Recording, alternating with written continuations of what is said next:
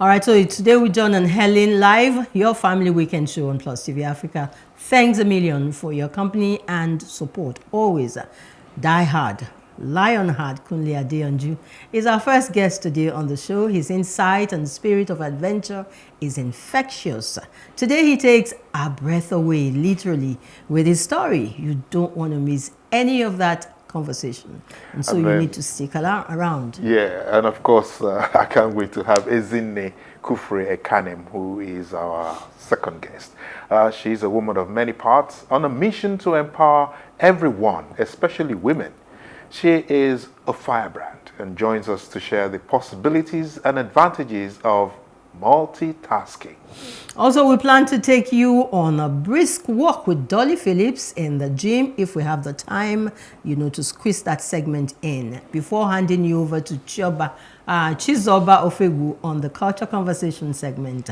Pretty much a good and must-watch show, you will say, John? Of course. Certainly, I agree with you, Helen. And I'm so anxious to take it all in after I've shared my thoughts on one or two headlines and activities of the week. And guess what that is? What is it? My first thought is on EFCC.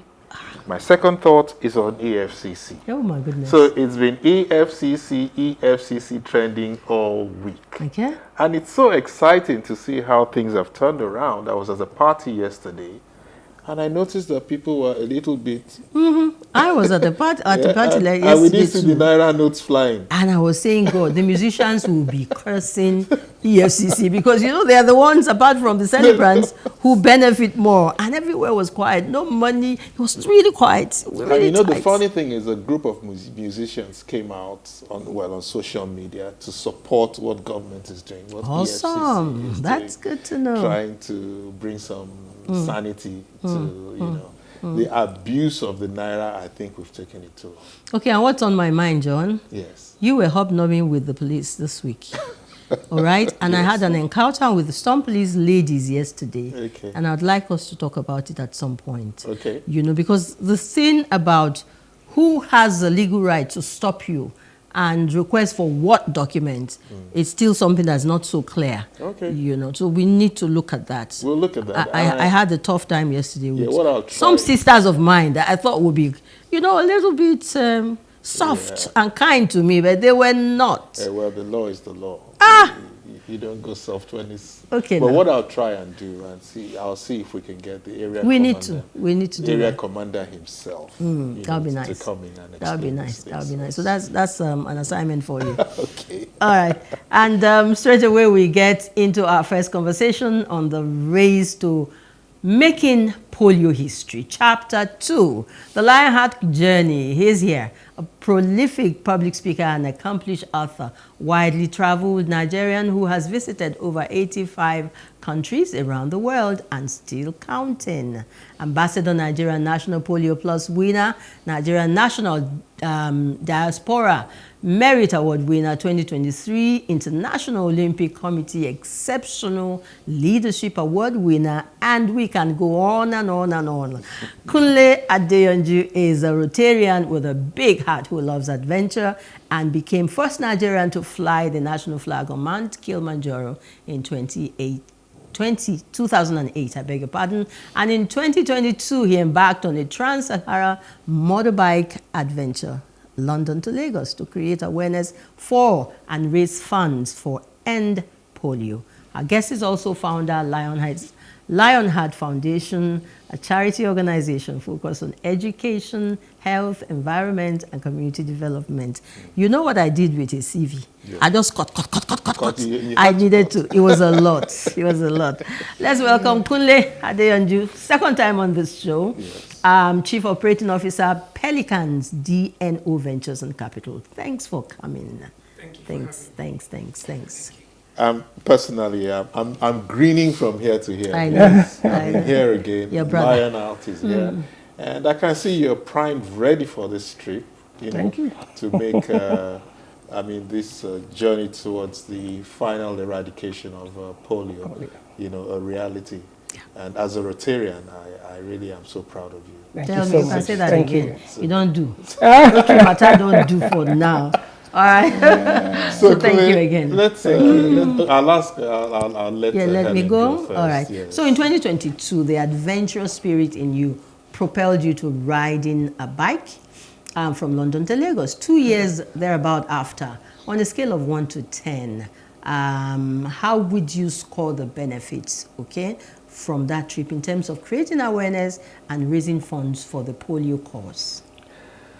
On a scale of 1 to 10, well, using my own metrics, I want to put it 10. You know, not being overtly optimistic or being too generous with your rating, but if you look at it, it's before then, before the ride, yes, we know about polio, but a lot of us are like talking about it, but sleeping at the same time as we're talking about it. But now when you talk about polio, even down to the government level, everybody is wide awake. You know, and it's more with like a reinvigorated drive towards ending polio. So, and this was the same thing that actually transited around, you know, various countries of the world, talking about polio. It's so amazing that even like a couple of our 6 African countries actually invited me to come talk to them about polio. Awesome. And so if you ask me, how has the impact been? I think it's really been really, really great. That's good. And it's been fun for me to actually. Fun. You know, yeah, it's been fun because the point is I never saw this coming. Yes. I never knew it was going to be this big, but it turned out well. You know, just like they say in life, just keep doing what you're doing. Yeah. You never know how nature will play its cards. And I'm so happy for you, Kunle. Thank you. I mean, like, okay, now on one of your previous adventures, we saw you cycling, not biking, from Lagos to Accra and back. How do you prepare mentally and physically? You look so calm now, but how do you prepare physically and mentally for such challenging expeditions? Yeah, actually, you see, to build the stamina, it takes a lot of work to build the stamina for it. And it's not something you say you just want to wake up and do now. Like for now, I'm planning to go on this ride to Astana, hopefully Q4 this year or Q1 next year. But a way of life for me is I run 10K every morning. I run 10 kilometers every morning. Wow. So, you know, because my body is used to operating at that level of pressure. So when I get on the road and I need to face those kind of pressure, my body is already used to it. Yeah. So if you look at when I wanted to, before going to London to Lagos, I did the bike ride to Accra that you talked about. It takes like average of riding on a bicycle, you know, sitting on that small saddle for like 8 to 10 hours every day. Now, once my body is used to that, when I went on the bike to ride London to Lagos, and now I'm sitting on the motorized equipment that I don't have to use my leg muscle so much. Okay. You know, it's a lot easier for me to cope because my body has been exposed to a higher pressure level than this. So that's part of the preparation I do before going for the ride. Okay, so we know that you must have had a lot of memorable moments and experiences. You know, you cannot transverse from one part of the world to another without picking out a few moments that last like forever. Can you share some of them with us? Yeah, the one I would probably still want to hold on so much, it's riding Tinzi-Tichka Mountain Pass. You know, that's it's a mountain, it's the highest road in Africa. It's the road that traverses through Atlas Mountain. You know, Atlas Mountain stretches through the entire stretch of Morocco and Algeria. Yes, Algeria. So you need to go through the Atlas Mountain to the peak, then descend back. So that's the route for the trade. It's a winding road regarded as one of the most dangerous roads in Africa, one of the top 10 most dangerous roads in the world. So I did a bike ride on it, you know, every turn, every curves, every ride you take on it, your heart is pounding. You know, you're feeling, you have this feeling that I just have to get it right the first time and every time. I miss it, I could be dead. Yeah. You know, because you're going on this road and you're seeing a crevasse on both sides of the road. So you are always at your best as you ride through this. And you know, when you finish going through that pressure, you get to the peak of the Atlas Mountain, then you see the view. You could see, ice cape on the top of the mountain. You could see, the crystal whiteness of the snow. And you say that you're just smiling, you don't want to leave. You don't want to leave. You really don't want to leave. And you know what, Helen? Just before we came into the studio, I engaged the Lionheart. And one thing that I discovered was that he knows the whole world like the back of his hand. He talks about the past from one place to the other, from Spain to whatever, and having all of gone that. over And it's to like over 84, 5 countries. Yeah, What do you expect? 85 and still counting. Yeah. So Kule, tell me, the route from Lagos to Astana, Yes. covers a vast distance Yes. and diverse terrains, right? Multiple terrains, So how do you plan to navigate through these challenges, both in terms of logistics and personal safety? Yeah, you are quite right. It's a very long ride. It's going to be like about close to 20,000 kilometers to get to Astana. And, the experience of London to Lagos is actually going to help a lot here. Because, yes, I can replicate what I've done on Lagos to Spain, Up to where Spain. I passed through. Yeah. Now from Spain, I need to take a detour. It's a new... Go into other route, other terrain. Yeah. So I have to start charting, how do I go, where do I need to pass to, what are going to be my point of interest, my fail-safe system, backup and all those things. Once I finish charting that out, then I have to get to a point where I need to cross the Caspian Sea. Okay, now if you look at, I'll get to this part in Europe. Solving the problem, the logistical problem in Europe is slightly easier. But that's up to a point where, like, let me say, Turkey. Let's count Turkey as part of Europe now. Now, once I exit Turkey, I go into Georgia. Then from Georgia, I go into Azerbaijan, then where I cross the Caspian Sea. Then I go into countries like the Tajikistan, Uzbekistan, Ashgabat, that's Turkmenistan, then crossing again into Kazakhstan. These are all the former Soviet republics. Yeah. So I don't expect the kind of infrastructure, in those countries as to be at the same level with the West. Yes. So it's going to put a lot of strain, on planning. So the kind of detailed plan I did for London, like the African segment of it, also that knowledge is coming into play on that part. So it's, I've not finished solving all the problems. I've been able to solve the problem up to Spain, which is quite easier. Then, but I think the experience I've gathered over the years is really going to help. I mean, it may not take me a year because London to Lagos building the plan took me a year. So I don't see this taking me a year because of a lot of things that I've learned. Yes. Wow. All right, so I'm already on that trip with you. As you're talking and calling the countries, I'm like, okay, I'm riding with Kule on this trip. But earlier on we talked about it that you really can't carry anybody along with you because that's excess baggage. So I'd like to know when this next adventure is in view and how long do you envisage that it would take? Okay. I plan to start this in Q4 this year, hoping everything goes well on the business angle. Because, that's like September. Yes, like September. For me, I also run a business. I need to make sure the business is okay, because if the business is okay, that's when I can do the ride. So there are a couple of projects we are working on presently. Once we're able to deliver that, I can push it to a point where I can take my leave. Then I plan to do a Q4, but if there's some project delays, we miss some timelines and co, I might push it to Q1 next year. So if I push it to Q1 next year, I think I'm going to be on the road for about 5 months.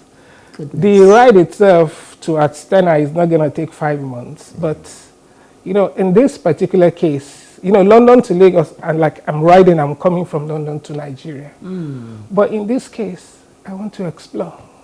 I want to see the beauty of nature. I want to go through all those towns. So this is like a pleasure ride. It's a pleasure ride. Can you imagine that? On the wings of polio. Polio eradication. John. Yes. All right. I was talking about the Eagle. That's the bike. A few minutes ago, and you said to me that you would need, you had to change, or you would need to change a few critical parts to brand new parts, just to get it ready for this journey. And it gives me a feeling that this journey itself is going to cost you a bit. Adventure is not cheap. So I mean, and then you're going to blend adventure with a noble cause, that is eradicating polio. You have to do stuff regarding polio itself. What is the strategy for fundraising and awareness creation for polio, for instance, during this trip? Okay, well, let me look at it in two parts. The funding part for the adventure itself is all me. Wow. For me, it's my way of life. So I want to fund the way I live. I don't expect a lot of people. Some people do it, but not me. If this is my lifestyle, I want to fund my lifestyle, and I can do it. So that's fine. And the same thing I did for London to Lagos. I'm going to use the lifestyle to raise money for Rotary Foundation towards eradicating polio. So all the funds that because people have even started talking to me, can you provide an account for us to send in donations to? This I need to engage Rotary, that, okay, yes, I want to do this. Rotary, can you provide an account where people can donate into? So I'm going to use it to raise money for polio, but the cost of the adventure is it's my lifestyle. It's your holiday. It's my holiday. All right, you mentioned some time ago your admiration for Richard Branson and his adventure spirit. How do you see yourself contributing to the world of adventure and entrepreneurship through your feats and this adventure? Actually, yes, I remember we had that conversation. And the truth is, you see, one thing I've realized in this world, we don't need to recreate or reinvent the wheel. We look at a model that is working. Just replicate. Richard Branson lived a very adventurous life, and once he does that, he makes sure it's documented. He writes a book about it. He sells the book, he contributes to the body of knowledge. And the same way like me, I did London to Lagos. I shared about it in the social media space around the world. I wrote a book about it, also contributing to the body of knowledge. I went on West African road trip, I did the same. I went on Kilimanjaro when I did the Kili climb, I did the same. So I've published a series of books on all my adventure, and that's also contributing to the body of knowledge. So, we're building the experience and building the knowledge base about adventure around the world. So Richard Branson is my mentor, so I'm only just replicating something that I know that works. But Kunle, just sitting down and looking at you, sometimes I don't believe you're human. But anyway, we'll come back to that. But now, the last time you were here, I remember you told us about at some point where you were being chased by a lion or something, and you had to get smart and meander. Now, considering the risks involved in long distance biking and your previous encounters with adventurous in this adventurous sport, how do you balance the thrill of adventure with safety or safety precautions? Well, if you look at basically, adventures are never safe. That's the truth. Adventures are never safe.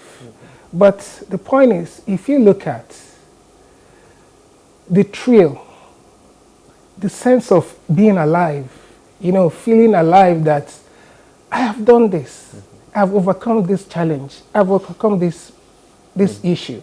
It's actually, it means a lot. If you look at the experience I had, which was where I was being chased by by a lion. By a lion on this. What happened was, I discovered I was going to be riding through that game reserve. And in that game reserve, there are a lot of there are a lot of wild animal, lions and co. So what do? I need to prepare. How do lion attack people? What do lion do? And I had to study the wild animal very well. So, okay, lion is a side chaser. It's not a head-on chaser. So a lion likes to sprint with you, then outflank you. Okay. So if that's what it is, then okay, why do I overcome this? I realized that the top speed of a lion, the maximum speed is 80 kilometers an hour. I have a bike that can do 200. So speed was my strategy. Yeah. Then also because a lion, even at a top speed of 80 kilometers an hour, can outflank, can do like a 60 degrees bend. If you do even at 100 kilometers an hour on a bike, if you do a 90 degrees bend, you're going down. So the point is, if I see a lion and I try to turn back or to stop, I'm dead. So if I see a lion, just keep moving. So it's studying the risk. So you now have to move faster than the lion. Keep your minimum speed above the top speed of the lion. So that even if the lion sees you or you realize that this is going to be a difficult meal, then he forgets. You know when John said when he looks at you, it's like you're not a normal. He's not real. He's in quotes, forgive me. I mean, you're all alone on this trip, all by yourself. Loneliness, fear, anxieties, and all of it. And there is not so much preparation that can quell this. And yet, you keep going on these expeditions or adventures. You talked with so much, you know, it was like your baby. You talked about your bike a while ago. The ego. You just talked about it. Your choice for that ego suggests that it's versatile, it's reliable, and it's really your friend. Talk to us a little bit about it. Is that the same ride that we're... Yes, it's the same bike I'm going to be using for the ride. You know, after doing 12,000 kilos with Ego in London to Lagos, sometimes I feel like I ride the bike with my eyes closed. You know, we've gotten that close to that point. And it's a bike that talks to me, you know, like, we may look at it, you know, it doesn't make sense sometimes. It's a bike that talks to you. It talks to me. You know, sometimes I remember on the ride when there are difficult moments and challenging moments. It's the only companion that I have. So you start chatting with Then I start chatting with the bike. And sometimes I hear the bike talk back to me. Though if I say, people say that. You see that? But I get that feeling. And, you know, so to take the bike on this ride to Astana, because this is going to be like, I think by the time I come back, I'm going to be logging close to like about 48,000 to 50,000 kilos. So I've had to I have to do a lot of, you know, upgrade on it. Basically the drive shaft, the front and rear bearing, the front and rear sprockets, you know, all those things I need to replace. As if we know what sprocket means. So I need to replace them to brand new ones, you know. So once those ones are there, and basically I can fix the bike. So once I put the bike on the road, I know if there is a breakdown, and all I need to do is bring my tools. So the bike is and getting ready for this trip, just like you are. It is. Awesome, John. Is that the only bike you have?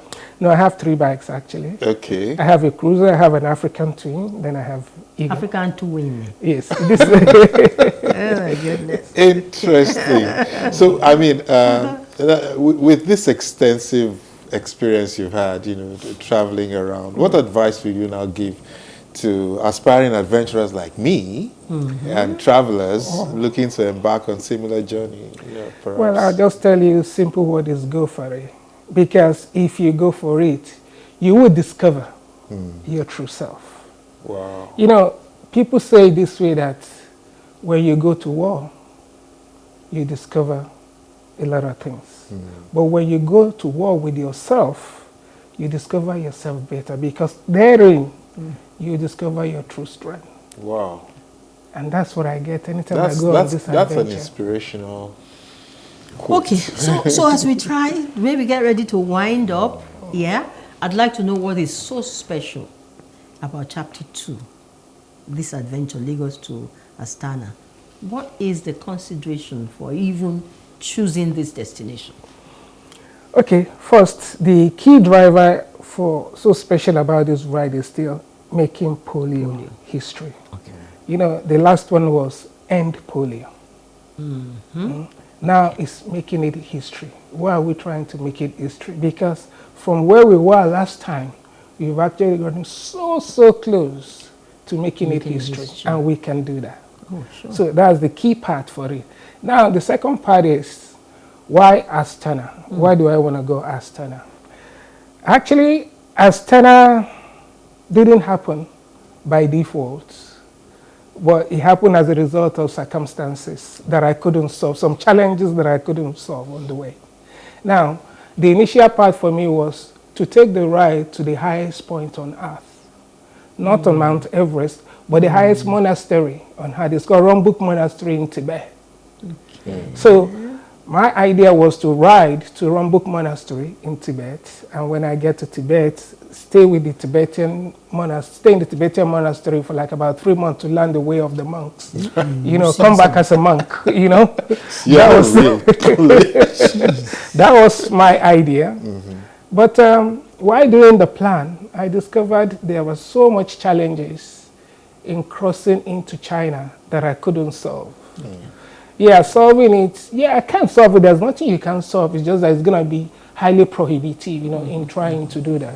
For example, if you want to do a ride in China, I can get to China, but when I get into China, I have to cross through China before going into Tibet. Now, to get into China, first, China doesn't stop accepting international driver's license. Okay. So if you come with a license from anywhere around the world, even international, national, international, it's not acceptable. So you need to go write an exam in China, in Chinese language. Then you obtain a temporary permit and temporary license plate to go into China. That's one. Number two, China doesn't accept carnet de passage. So that means if you're going into China, you need to drop 75% the cost of the bike as a surety with the custom at the entrance. So if my bike, let's put it, is going to be like 10,000 pounds eagle, so I have to drop 7,000 pounds with the Chinese government. Refundable? As a surety, yes, refundable as a surety. Then the third one, you cannot do self-drive, solo self-drive in China. Okay. So you need to get a guide. So if I'm going to be going through China, let's say I'm going to crossing China for 10 days, I have to get a government guide to ride their car, they'll drive their car, after me. You know, sort of like tailgating you everywhere you go. Okay. And the cost of about $250 a night. Okay. So that alone, when I look at all these challenges, and I said, it's too prohibitive. Yes, they can be solved, but what is the benefit that I'm going to get spending all that money and all going through all those challenges? Then I just said, okay, what is the next stop before China? Astana. Then I stop at Astana. So that's how you arrived at Astana. Kazakhstan, Astana. Well, we will be with you all the way. Definitely. You know, at least we'll be encouraging you, we'll be praying for you. Thank you. And we'll be wishing you all the best on this trip. But before you go, any last word, anything you want to tell us? Well, say you are human. Are you human? Because I see your shirt. What will Lionheart do? So tell us, what will Lionheart do? Lionheart never quits. And never drops the ball. Lionheart never quits. Never drops the ball. You know, like, actually good you ask this question, because these are also part of what came from the learning of London to Lagos.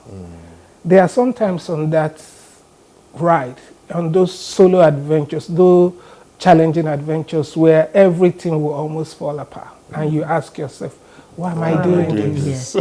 So I've done custom t-shirt like this, and with different writings. So those are what I'm going to be wearing. Anytime I feel those kind of moments, all I have to do is go back and read it.